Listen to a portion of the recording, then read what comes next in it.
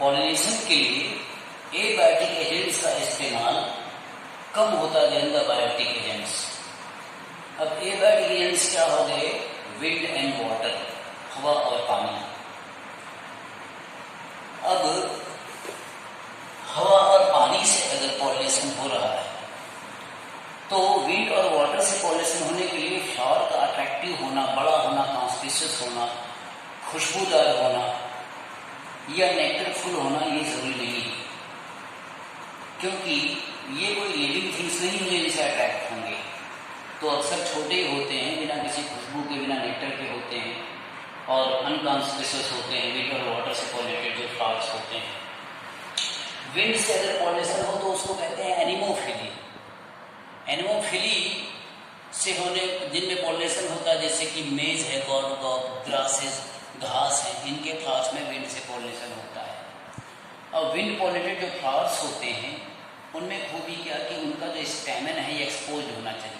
ये stamen expose रहेगा तो हवा के झटके से, एंथर से आराम से पोलन निकल जाएंगे। तो स्टैमेन शुड बी एक्सपोज्ड। और इनकी जो फीमेल होती है उनके ओवरी में अक्सर एक ही ओयूल होता है, लेकिन विंड का डायरेक्शन पता नहीं क्या हो, उस ओर हो कि ना हो जिधर की फीमेल फ्लावर है, इसलिए काफ़ी नुकसानदायक होता है नॉन डायरेक्शन होने की वजह से। तो इसलिए नेचर जो है बहुत ढेर सारे पोलन ग्रेन्स प्रोड्यूस करवाती है, क्योंकि बहुत से पोलन ग्रेन्स को बर्बाद होना होता है। तो ये पोलन ग्रेन्स जो विंड से पॉलिनेट हो, इनका हल्का होना ज़रूरी है और ड्राई यानी नॉन स्टिकी होना ज़रूरी है। और स्टिग्मा जो होती है वो स्टिग्मा इस तरह से होनी चाहिए जिससे कि फीडर्स हो, तो ऐसे ब्रांड और फीडरी स्टिग्मा होती है कि पोलन ग्रेन आकर के इनमें फंस जाए। और इनकी ओवरी में अक्सर एक ही ओव्यूल होता है फीमेल फ्लावर के। ये विंड पॉलिनेटेड फ्लावर्स के बारे में बताया कि stigma should be feathery and branch, pollen grain should be light, non sticky and dry. तो विंड पॉलिनेटेड फ्लावर अभी हमने बताया कि ये वेस्टफुल प्रोसेस होता है, क्योंकि इसका डायरेक्शन सर्टेन नहीं होता है। दूसरा क्या हुआ? Pollination by water. वाटर से पॉलिनेशन होने को बोलते हैं हाइड्रोफिली। जैसे कि हाइड्रिला और वेलिस्नेरिया है। हाइड्रिला और वेलिस्नेरिया ये दोनों ही फ्रेश वाटर प्लांट होते हैं। ये क्या है? फ्रेश वाटर प्लांट्स हैं। और वेलिस्नेरिया का फीमेल फ्लावर जो होता है ये वाटर सरफेस के ऊपर आ जाता है और वाटर सरफेस पे ऐसे तैरता रहता है फीमेल फ्लावर। फिर वेलिस्नेरिया का मेल फ्लावर जो अच्छा फीमेल फ्लावर वाटर सरफेस तक कैसे पहुंचा? अपने स्टॉक को एलोंगेट करके। वेलिस्नेरिया का फीमेल फ्लावर जो होता है अपने स्टॉक को एलोंगेट करके वाटर सरफेस के ऊपर पहुंच जाता है और मेल फ्लावर टूटता है, कटता है, वहां पर पहुंच जाता है फीमेल फ्लावर के पास, वहां पॉलन जाकर के उसको पॉलिनेट करता है। तो पहले फीमेल फ्लावर स्टॉक एलोंगेट करके ऊपर चला जाता है। वैसे तो ये प्लांट्स पानी में डूबे हुए हैं, तो फीमेल फ्लावर ये पहुंच जाता है सरफेस पे, तो मेल फ्लावर में उसके पीछे टूट करके जाता है और पॉलन रिलीज करके उसको पॉलिनेट करता है। ये सी ग्रास या जोस्टेरा जो है इसका पॉलन काफी लंबा रिबन जैसा होता है। एक जाइंट की जरूरत नहीं होती, एक जाइंटलेस होता है और ये मैरीन वाटर में रहने वाले हैं। तो ये तो सबमर्ज पूरी तरह से डूबे हुए प्लांट होते हैं, Zostera, sea grass, submerge plants. तो इनमें पॉलिनेशन जो होता है पानी के सरफेस के अंदर ही होता है।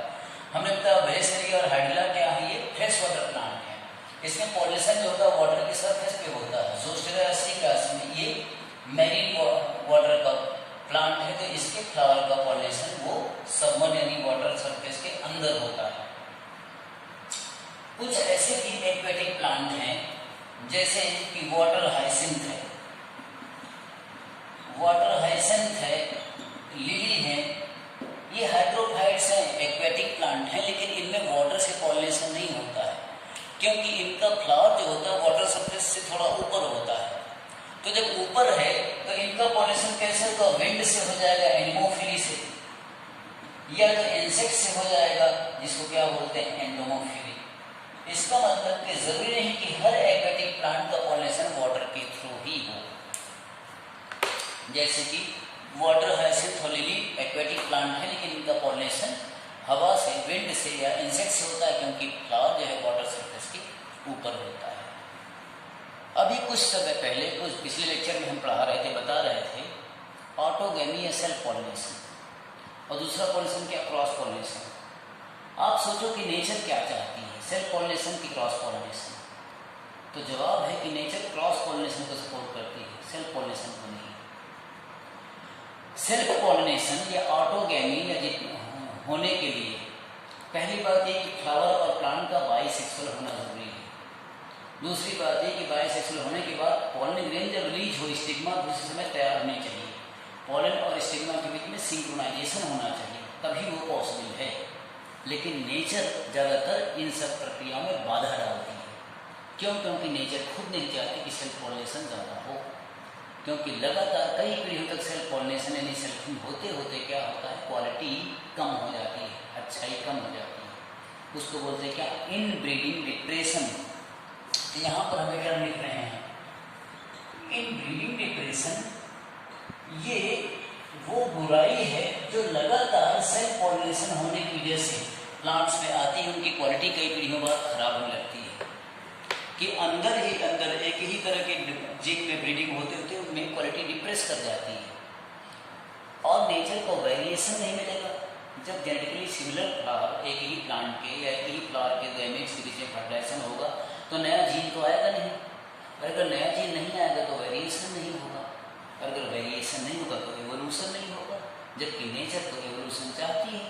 अगर एवोल्यूशन चाहिए तो वेरिएशन चाहिए, अगर वेरिएशन चाहिए तो जेनेटिकली डिसिमिलर फ्लावर्स के बीच में पॉलिनेशन होना चाहिए। नहीं तो कई पीढ़ियों बाद इन ब्रीडिंग डिप्रेशन यानी क्वालिटी खराब होने लगेगी प्लांट्स की और एनिमल्स की। इसलिए नेचर ने कुछ ऐसी डिवाइसेस बनाई हैं जो इन ब्रीडिंग यानी सेल्फ पॉलिनेशन को रोकती है और आउट ब्रीडिंग यानी क्रॉस पॉलिनेशन को सपोर्ट करती है। ये आउट ब्रीडिंग डिवाइसेस क्या हैं? Number 1, unsynchronize pollen release and stigma receptivity. Unsynchronize का मतलब कि साथ साथ ना होना। जो भी प्लांट बाइसेक्सुअल या फ्लावर बाइसेक्सुअल या हर्माफ्रोडाइट्स हैं, ज़्यादातर में नेचर ने ऐसा किया कि जब पॉलन रिलीज होता है तो स्टिग्मा तैयार नहीं है पॉलन को एक्सेप्ट करने के लिए, या जब स्टिग्मा मैच्योर है तो पॉलन रिलीज होने के लिए तैयार नहीं है। तो unsynchronize pollen release and stigma receptivity, इसके जरिए नेचर ने बाइसेक्सुअल फ्लावर में भी सेल्फ पॉलिनेशन को रोका, जिससे को आउट ब्रीडिंग क्रॉस पॉलिनेशन करने को मजबूर हो। दूसरा क्या, unsuitable location of anther and stigma. Suppose anther काफी ऊंचा है और स्टिग्मा बहुत नीचे है, यहाँ से पॉलन गिरा तो यहाँ पर आया नहीं, गिर के खराब हो गया।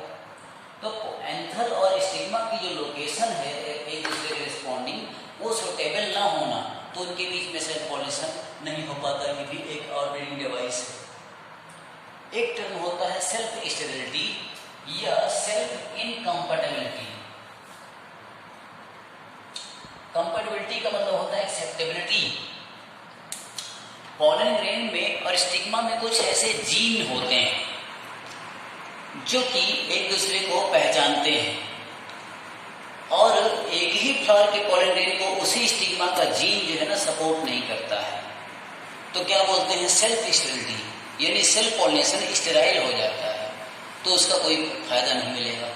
ये एक दूसरे के लिए अनएक्सेप्टेबल या इनकम्पेटेबल होता है। कुछ ऐसे जीन होते हैं कि पॉलन को अपने ही फ्लावर के स्टिग्मा पे जर्मिनेट नहीं होने देगा। ये जेनेटिक डिवाइस है तो सेल्फ पॉलिनेशन नहीं होगा, क्रॉस पॉलिनेशन ही होना पड़ेगा इसमें।